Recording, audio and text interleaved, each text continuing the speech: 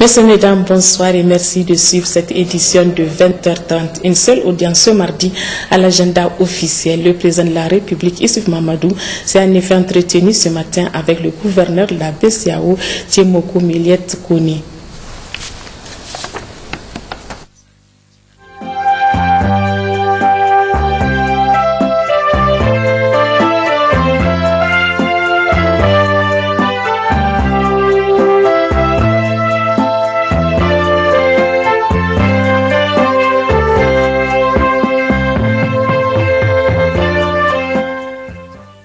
À l'Assemblée nationale, la conférence des présidents s'est réunie ce matin sous la présidence de Amadou Salifou, président de l'institution.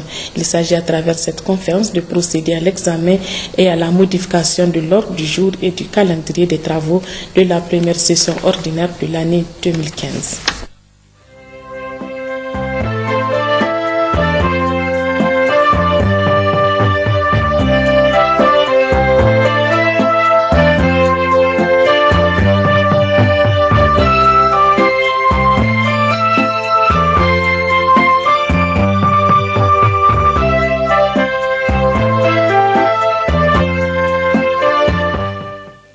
Et puis ce communiqué du réseau parlementaire nigérien sur les questions relatives au Parlement des jeunes et de la protection de l'enfant. Le président du réseau parlementaire nigérien sur les questions relatives au Parlement des jeunes et à la protection de l'enfant a l'honneur d'informer les jeunes candidats pour représenter le Niger à la session du Parlement francophone des jeunes au titre de l'année 2015 qu'à l'issue des épreuves écrites et orales et conformément au terme de l'avis d'appel à candidature, le Niger sera représenté à la dite session par Hamadou Younoussa Soumana et Halima Zika Sambaïzi. La présidente du Conseil supérieur de la communication du Burkina Faso a effectué ce matin à l'Office de radiodiffusion et télévision du Niger ORTN une visite de travail. L'objectif est de s'enquérir de l'état de fonctionnement de cet office. Le compte rendu avec Sakinat Abdou et Hamidou Abdoulaye. Cette visite entreprise par la présidente du Conseil supérieur de la communication du Burkina Faso s'inscrit dans le cadre d'un échange d'expériences avec les institutions de la communication nigérienne. Une visite qui l'a conduite dans les locaux de l'Office de radiodiffusion et télévision du Niger ORTN. Des rédactions de Télé Sahel et de Tal TV, en passant par les régies, les salles de montage ainsi que la salle archiviste interactif, multimédia évolutif, la présidente et sa délégation ont reçu d'amples explications sur le fonctionnement de ce service. Le travail ne serait pas complet sans la visite aux médias. C'est les médias qui font la raison d'être de ces instances de régulation. Je dois dire que j'ai été beaucoup frappée par la qualité des équipements et de ce qui m'a été dit. Et la production est totalement en numérique. Et donc dans le cadre de l'avènement de la TNT, qui est pour juin 2015, on peut dire que le Niger est en avance et à 80%. Il ne reste que la partie diffusion, ce qui n'est pas le cas dans beaucoup de pays de la sous-région, et notamment pour prendre le cas du Burkina. Donc ça m'a beaucoup impressionné et la qualité de l'organisation du travail aussi. À travers cette visite, Nathalie Soumé déclare être venue notamment pour s'inspirer de l'expérience du Niger en matière d'organisation des élections. Le Niger est je dirais même une école en matière de gestion de l'information en période électorale. Et hier, j'ai eu l'occasion de le dire et à certains journalistes qui étaient là lors de l'ouverture de notre session de travail. Nous sommes venus pour apprendre. C'est une immersion. Nous sommes venus nous ressourcer. Et j'ai eu à le dire, le Niger a une longueur d'avance en ce qui concerne vraiment la gestion. Et pour les régulateurs que nous sommes, il y a un message qu'on ne cesse de répéter, c'est d'interpeller les médias à beaucoup plus de professionnalisme. Au terme de cette visite à l'Office de radiodiffusion et télévision du Niger, la présidente s'est réjouie de la qualité du travail abattu par les agents.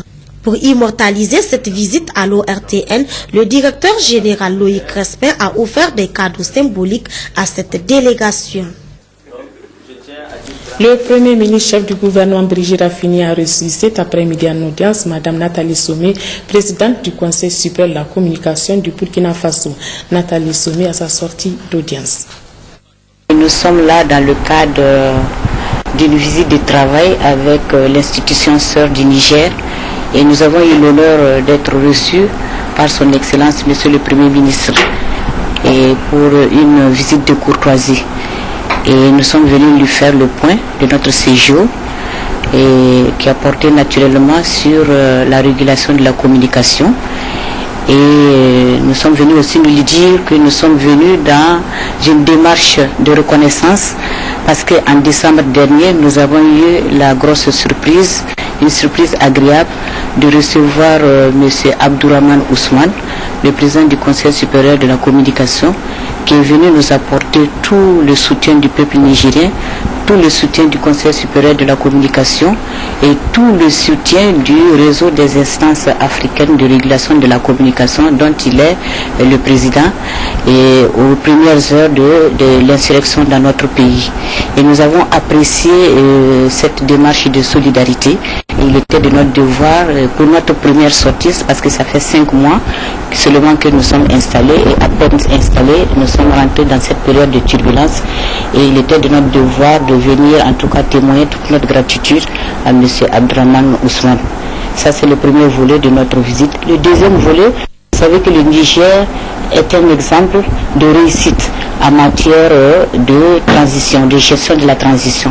Donc nous sommes venus nous inspirer de l'exemple nigérien en matière de régulation de la communication en période de crise. Et je dois vous dire que nous avons beaucoup appris. Je dirais que nous avons beaucoup appris. J'insiste sur le mot beaucoup, qui puisse nous permettre au retour en tout cas de pouvoir orienter de façon sereine les actions futures que nous aurons à mener dans le cadre des élections prévues pour octobre 2011. C'est des élections couplées, présidentielles et législatives. Reste à la primature avec cette cérémonie cet après-midi de passation de service entre les directeurs de cabinet sortants et entrants du Premier ministre chef du gouvernement. À cette occasion, les membres du cabinet du Premier ministre ont félicité la directrice de cabinet sortante et ont assuré le nouveau directeur de cabinet de leur disponibilité et engagement à l'accompagner dans l'accomplissement de sa mission. Madame Kane Chatouboulama a exprimé sa satisfaction par rapport à la bonne collaboration qu'elle a eue durant ces 18 mois au cabinet du Premier ministre. Elle a aussi souhaité que les importants dossiers qu'elle a laissés soient achevés au grand bonheur du peuple nigérien. Le président de la Commission nationale des droits humains CNDH, le professeur Khalid Ekri, a rencontré cet après-midi une délégation de l'Institut danois des droits humains. L'objectif de cette rencontre est d'expliquer ici par le chef de la délégation danoise. Nous sommes l'Institut danois des droits de l'homme et la Commission nationale des droits de l'homme du Danemark. Donc nous sommes une institution sœur de la Commission nationale des droits de l'homme du Niger et c'est à ce titre-là que nous venons renforcer notre institution sœur ici, où nous travaillons déjà depuis un certain nombre d'années. Donc notre partenariat va démarrer cette année. La Commission nous a demandé de l'appuyer pour certains domaines, comme l'élaboration de rapports sur la situation des droits de l'homme. Nous avons le même mandat que la Commission du Niger. Nous devons nous aussi au Danemark présenter un rapport chaque année sur la situation des droits de l'homme au Danemark, à l'Assemblée nationale, à notre Parlement. Et donc c'est la même chose ici, où la Commission nationale des droits de l'homme doit faire la même chose. Donc on va échanger l'expérience. Évidemment, ce n'est pas le même contexte, mais on va échanger des méthodes de travail et l'expérience que l'on a, parce que nous travaillons déjà aussi avec la Commission nationale des droits de l'homme au Mali. Donc il y a des expériences dans ce domaine-là. Et nous allons aussi travailler ensemble sur la communication aussi, je pense, pour aider la Commission à être plus visible aussi. Et nous sommes très contents, nous venons d'apprendre que la Commission va ouvrir bientôt des antennes régionales à Agadez, à Difa, à Tillabéri. Et ça va donc renforcer la collecte d'informations sur ce qui se passe au niveau des droits de l'homme dans ces régions qui sont en ce moment, qui doivent affronter beaucoup de défis en ce moment. Donc c'est important que la Commission soit présente dans ces régions. Donc vraiment, nous applaudissons à la création de ces antennes et espérons qu'il y aura des antennes dans tout le Niger à l'avenir. L'objet aussi de cette rencontre, c'était de présenter notre nouvelle collègue, Madame Christelle Seferiadis, qui vient de commencer, qui a intégré l'équipe qui travaille sur l'Afrique de l'Ouest et donc au Niger.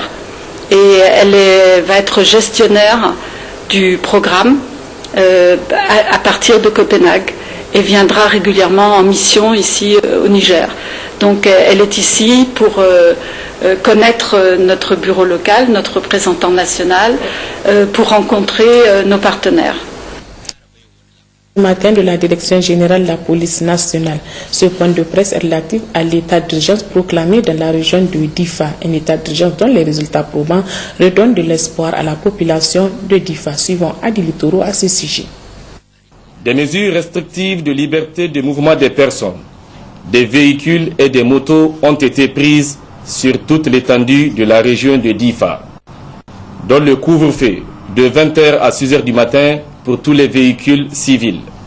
L'interdiction de circulation des motos sur toute l'étendue de la région de Difa. L'interdiction du transport de poivre et poissons fumés vers le Nigeria. L'interdiction de vente en détail et de transport hors normes de carburant. En dehors de ces mesures prises, la population a volontairement abandonné certaines pratiques telles que la circulation en ville au-delà de 21 heures et le port du voile intégral pour les femmes depuis l'attentat kamikaze du 9 février 2015. Pendant la période d'état d'urgence, des opérations de ratissage et de bouclage ont successivement concerné les quartiers de Cameroun et Kanoubri à Ngingimi, Abdouri à Mainesoroa, Difakura à Difa et Bagara à Difa.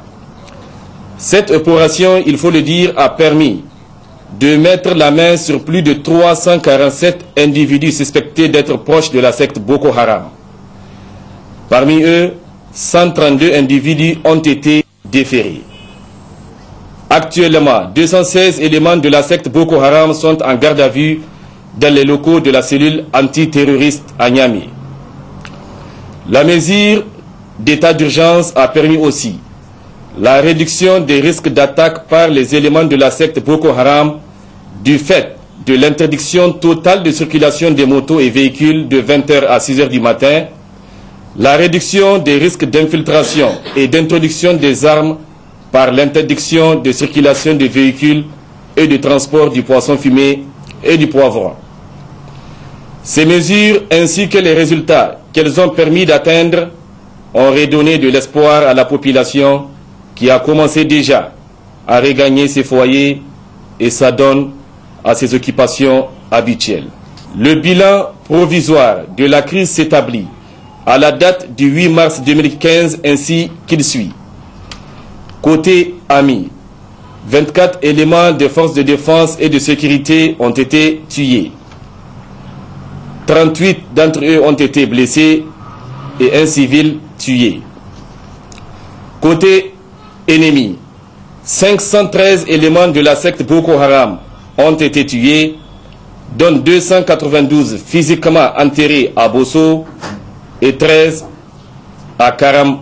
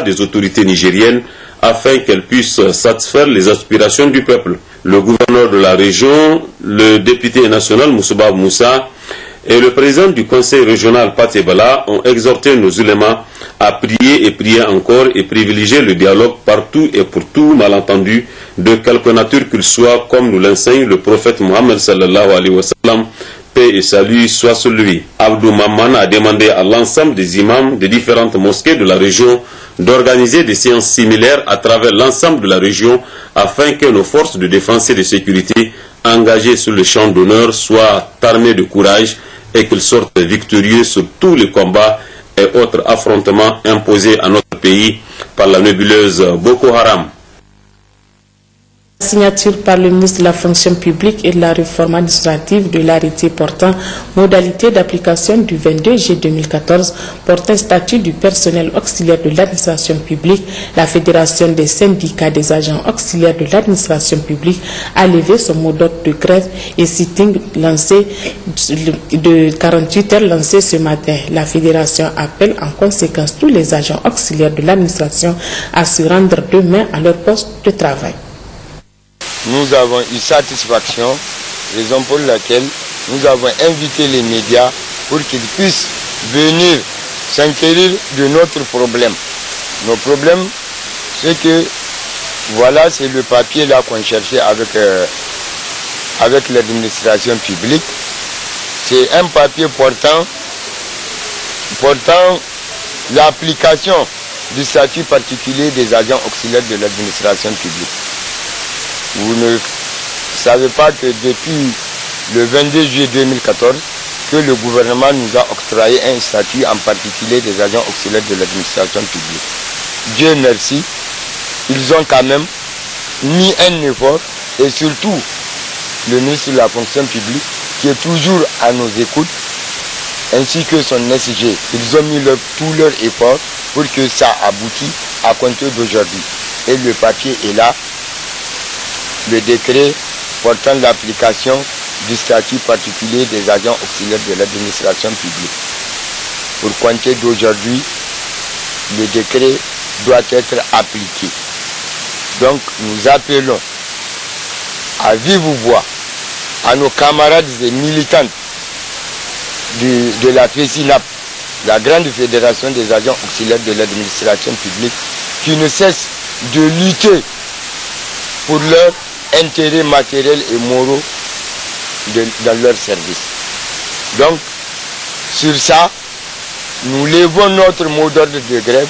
Nous demandons à tous les auxiliaires de l'administration publique de se rendre demain matin sur leur lieu de travail. Je vous remercie. Et puis, notez cette remise de 2500 ouvrages, dont du ministre d'État Bazoum Mohamed aux différents ordres d'enseignement de la région de Zender. Plus de précisions avec Mariama Keita et Faji Bokar. Promesse faite le 23 août dernier au cours de la cérémonie de la pose de la première pierre pour la construction de l'amphithéâtre de 500 places de l'université de Zender par le ministre d'État, son Excellence Bazoum Mohamed, promesse tenue. Il s'agit celle d'offrir aux différents ordres d'enseignement de la région de Zender d'importants ouvrages. 2486 pour l'enseignement primaire, 5983 pour le secondaire, 4559 pour le supérieur, 1442 pour l'enseignement professionnel et technique, 214 pour les maîtres. Un outil indispensable pour l'enseignant et l'élève et dont son Excellence Bazoum Mohamed en a pris conscience, en atteste ce don. Fruit d'une relation de coopération avec l'association française Bouquin Volant, présidée par Jean-Louis Mathieu et qui a pour vocation de soutenir l'éducation dans les pays africains. Un geste noble qui contribuera à améliorer la qualité de l'enseignement. Occasion pour les responsables en charge du secteur et ceux concernés notamment le recteur de l'université de Zender, le proviseur du LAKD, le président de la fédération des COGES, l'association des parents d'élèves, les secrétaires généraux de l'union des étudiants de l'université de Zender et de l'USN de prendre la parole tour à tour pour remercier le généreux donateur pour cet acte qui vient combler quelque part un vide, celui de la bibliothèque du CCFN entièrement calcinée. tout en s'engageant, chacun dans sa sphère de responsabilité, d'en prendre soin pour que ces ouvrages servent le plus longtemps possible à des générations futures. Cependant, de nombreux défis restent à relever, dira le ministre d'État Bazoum Mohamed, et qui doit interpeller tous les acteurs concernés. Si nous disposons aujourd'hui de ces bouquets, le problème de leur utilisation et de leur gestion n'en reste pas moins posé. Et il me semble qu'il y a devant nous un grand défi. Comment utiliser rationnellement ces bouquins? Pour cela, il va falloir mettre en place une organisation conséquente afin que l'usage de ce bouquin soit rationnel et que, ainsi que l'a souhaité le représentant des parents d'élèves, ces livres puissent durer au maximum. Et il y a par conséquent un grand défi logistique et un grand défi de gestion également. Donc j'en appelle à vous tous pour que nous fassions un usage rationnel de ces livres-là et qu'ils profitent au maximum des élèves. La remise officielle de ce don et la visite du magasin où sont stockés ces ouvrages ont constitué la fin de cette cérémonie.